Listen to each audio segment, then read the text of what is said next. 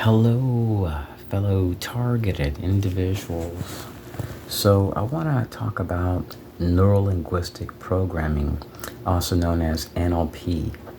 Now, the Central Intelligence Agency started using NLP in the 1950s in Waco, Texas. And they discovered they were able to control people with it, pretty much put them in a state of hypnosis or hyper awareness through the utilization of mobbing. After 9/11, the Central Intelligence Agency started teaching these strategies to groups like Citizens Corps programs, Freemasons, Lions Club, and a variety of groups. You may even do research on some of these groups to discover they have classes on NLP, also known as neurolinguistic programming.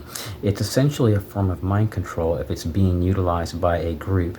It has very little power when it's just being done by one person because that one person can be neutralized easily.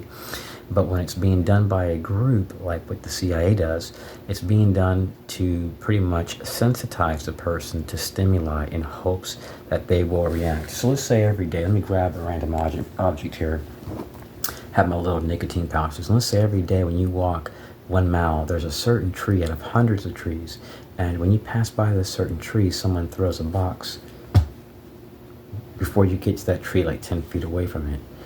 And what they try to do is they try to degrade, demoralize, and do things which aren't technically considered a crime because they're utilizing many different people. So let's say right now you park your car and you go to 7-Eleven. You buy $20 in gas, you buy a lotto ticket, you're just headed home. You're not doing anything illegal.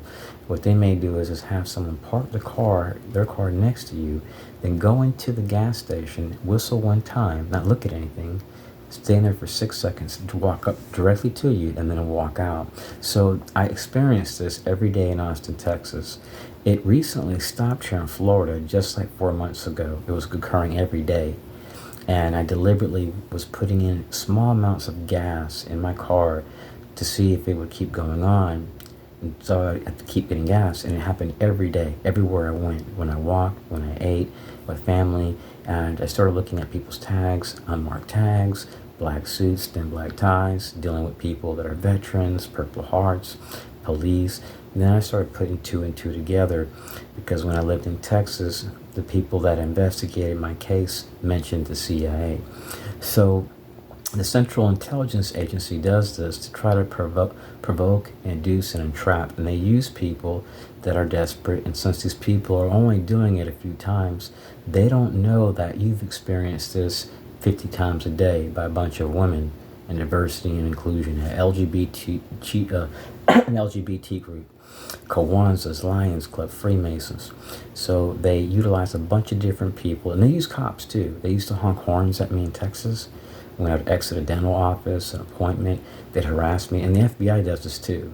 Not as much as the CIA does. And they recruited in the Army. They actually use people that are active duty military, select members in these bogus counterterrorism operations. This is not based on public safety, national security, or homeland security. And I even have a video where I'm buying food with a relative and a guy from Department of Homeland Security. They don't even have an office in my area from what I understand. And goes in there, says my full name, walks up to me and walks out. I looked at him like he was a nut because I have nothing to hide. I'm not doing anything criminal. If anything, I should be watching them on a daily basis because I believe what they're doing is unethical. And if you can't even secure our border and then you're harassing citizens, then there's something isn't right. So if you're a TI and you're experiencing this, they may utilize certain things to try to trigger you. Now, I remember when my private investigator that I hired in Austin, Texas, told me I was being harassed by Citizens Corps. He told me, he says, one thing you may want to do, let's say you're in an area, you may just want to walk down the street and leave your cell phone on and see how you're treated. So one day I did that, and the city, it's pretty big, Austin. So I parked my car 8 blocks away and decided I'd go to this coffee shop nearby. And I noticed while I was waiting at a stop sign in front of the Omni Hotel, some people walked up to me wearing white earbuds, and they go shh, shh, and they're like simultaneously as a group. I recorded this. So I keep walking, and guess where they show up at? The same place that I'm at, and they go shh, shh. They're not eating or drinking. So they try to sensitize you to stimuli. There was one time I went to buy food, and when I looked back, There was 8 people wearing white earbuds. The cashier was like, I've never seen anything like this. So they try to make people sick. They try to make people crazy. And when you talk about it, the cops, they're actually stakeholders. They'll go along and say you're crazy and delusional, and they won't support you. So this is what the Stasi did. They played these sick little games. I'm here in Florida. I can easily do something about it. I don't live in Texas. I have standing ground laws here in Florida, but I won't use them because I'm not a violent person. But the CIA, they use people in many cases that don't even have a gun. And when you confront some of these people, they freak out because they know what they're doing is deadly, unethical, and illegal. They're trying to make people sick. So they support terror. They are terrorism threats, even though there's good people in it. And they promote violence. They promote the necessary requirements to promote terrorism and mass shootings. These aren't good people. If you're talking to agencies that deal with these people, then the only thing that you're doing is helping to fund these groups. Because the only thing they're going to do is enroll you into InfraGard program, label you as being a problem. They're not going to investigate. I have recordings where you hear the FBI slamming phones, the headquarters, DHS, NSA. Don't waste your time with these types of people. These aren't pro-government organizations. If they were, Americans would be reaching out to them. So they look up for their own. You don't want to waste your time with people that provide material support to groups that support terrorism. You're not dealing with Americans. You're dealing with enemies of the United States. So don't waste your time talking to these people, and look at saving up money and leaving.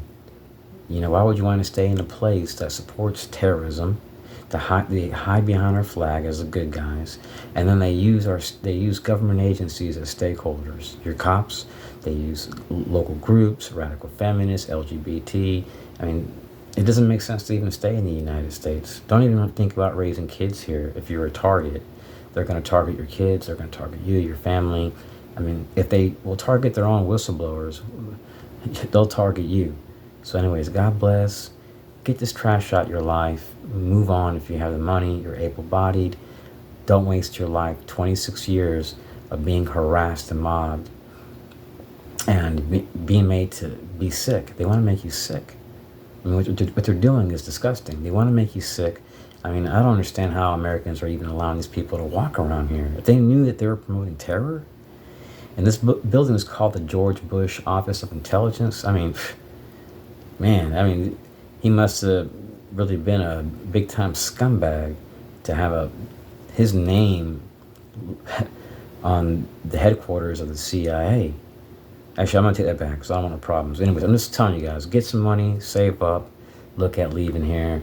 Don't waste your life dealing with this trash.